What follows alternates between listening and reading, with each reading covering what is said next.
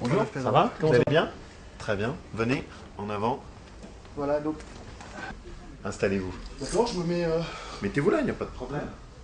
Alexandre, installe-toi. Vous voulez quelque chose? Si on a un peu d'eau, c'est Ouais. volontiers.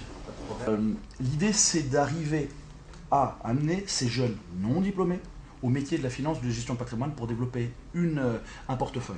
Ça, c'est ce que je fais aujourd'hui depuis 13 ans au sein de la CFCI. J'ai aujourd'hui une centaine de collaborateurs, dont plus de 50% sont issus de ces gens non diplômés, j'ai envie de dire. Ça ne veut rien dire de quartier, encore une fois.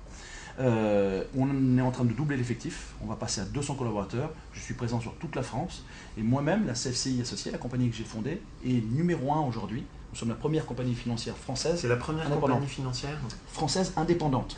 Alors l'initiative, c'est de dire, j'aimerais faire plus de masse, j'aimerais arriver à du nombre. C'est pour ça qu'on a appelé ce projet 10 000 emplois dans la finance, dans les banlieues.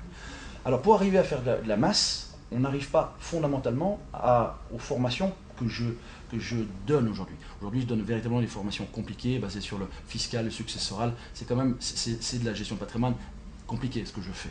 Il s'occupe de portefeuille. J'ai voulu simplifier ceci. Et je me suis attaqué à la chose suivante. Je m'attaque à deux problématiques.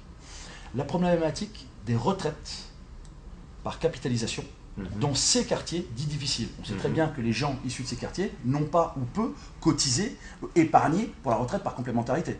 Ils n'auront pas la retraite par capitalisation. Ils auront leur minimum vieillesse, point barre. Ça, on le sait.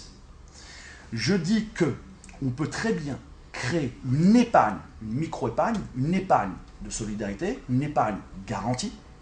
Alors, si on arrive à éduquer à l'épargne complémentaire, l'épargne par capitalisation de ces gens, c'est formidable. Mais maintenant, il faut se poser une autre question. Qui est capable d'aller vendre des épargnes populaires à des gens issus des quartiers populaires? Qui? Bien sûr. C'est pas les conseillers de Rothschild avec leur bouton de manchette. Si jamais on se fixe un chemin rapide pour avancer, il faut que vous identifiez combien est-ce que tu es capable d'en avoir en contrat de pro tout de suite. Nous, on essaye de faire le lien avec Opcassure pour déjà avoir ce premier levier de financement. 2, il faut faire instruire au niveau de Pôle emploi comment est-ce qu'on peut faire. Et à travers les quelques lignes de crédit que nous on peut avoir, comment est-ce qu'on peut mettre un peu de grain à moudre dans la machine en se fixant comme premier objectif d'en faire 100, c'est ça? C'est bien ça. Bon. Et 3, il faut que tu mobilises un peu le préfet de région en lui disant c'est un projet auquel croit beaucoup Laurent, merci de l'accompagner. Lui, s'il se met en route, ça va dépoter.